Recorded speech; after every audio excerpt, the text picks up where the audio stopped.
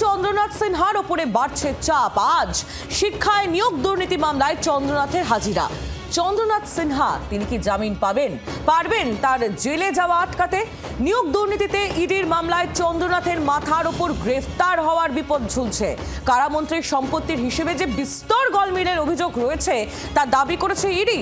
চন্দ্রনাথ সিনহার দাবি যে তিনি জমি বাড়ির দালালি করে লাখ লাখ টাকার নগদে রোজগার করেছেন, কিন্তু মন্ত্রীর জবাবে সন্তুষ্ট হয়নি কেন্দ্রীয় এজেন্সি। সিবিআইকে দেওয়া বয়ানেই উঠেছে বেশ কিছু প্রশ্ন, কারণ এই ঘটনা যে সময়ে তখন রাজ্য মৎস্য দপ্তরের মন্ত্রী ছিলেন চন্দ্রনাথ সিনহা।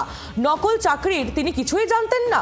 তৎকালীন মৎস্যমন্ত্রী চন্দ্রনাথ নিজের দায়িত্ব কি এড়িয়ে যেতে পারেন?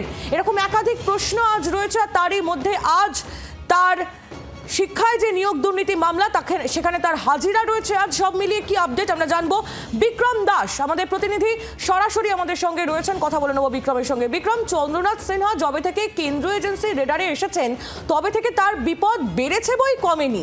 একের পর এক দুর্নীতির অভিযোগে তার নাম জড়িয়ে যেতে আমরা দেখেছি। সব মিলিয়ে আজ কি হতে পারে সেদিকে একটা বিশেষ নজর তো থাকছেই।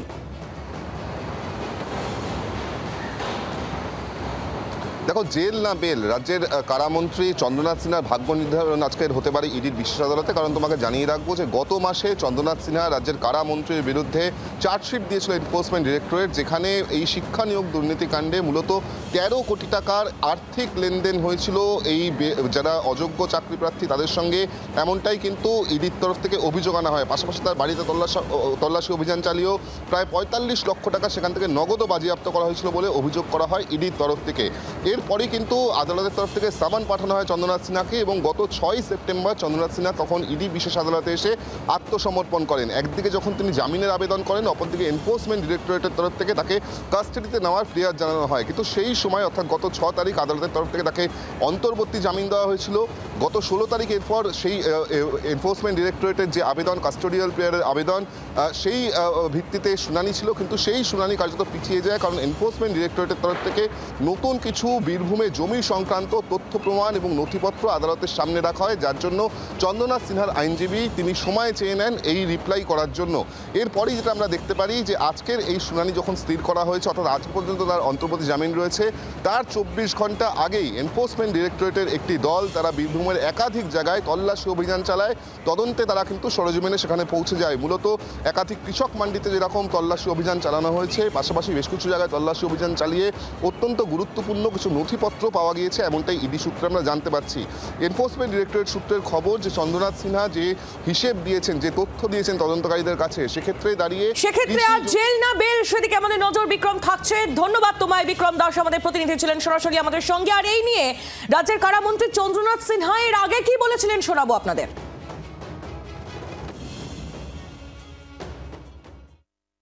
আপনারা সবই শুনেছেন বিচারক কি বলেছেন।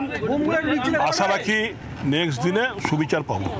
কিন্তু আজকে নতুন তথ্য প্রমাণ দেওয়ার কথা বলছি, সে দিয়েছে, দেখা যাবে। আমাদের তো উত্তর দিতে হবে, উত্তর সঠিক সময় উত্তর দেবো। আপনার যে 12 কোটি টাকার সম্পত্তি সেটা হিসাব বহির্ভূত বলে জানাচ্ছে ইডি, সেটা প্রমাণ হয়ে পড়ে। আর এই নিয়ে রাজনৈতিক মহলে প্রতিক্রিয়া শুনে নিই তৃণমূল কংগ্রেস নেতা কুণাল ঘোষ এবং বিজেপির রাজ্য সভাপতি সৌমিক ভট্টাচার্য কি বলছেন তারা শুনুন। এটা নিয়ে কোনো বক্তব্য নেই এই কারণে, এখন এটার সঙ্গে তো আর কোনো দলের সম্পর্ক নেই, এটা ব্যক্তিগত বিষয়। এটা ইডি যা অভিযোগ করছে সে বিষয়ে যার বিরুদ্ধে অভিযোগ এবং তাঁর আইনজীবীরা তারা বলতে পারবেন। এখানে এই বিষয়ে কোনো মন্তব্য করতে যাব না। যা কিছু হচ্ছে তা অনুপ্রেরণায় হয়েছে, যা কিছু হয়েছে নির্দিষ্ট কর্মসূচির ভিত্তিতে হয়েছে। তৃণমূল সমস্ত কিছুকে গ্রাস করতে চায়। তৃণমূল একটা সর্বভুক সংগঠন, ফলে তারা যেটা ঠিক বুঝেছে সেটাই করেছে। তৃণমূলকে না সরিয়ে এই অবস্থায় পশ্চিমবঙ্গের পরিবর্তন করা যাবে না। তৃণমূল একটা গভীরতম অসুখ, এই অসুখের নিরাময় প্রয়োজন। বাংলার আওয়াজ, বাঙালির আবেগ, জি 24 ঘন্টা।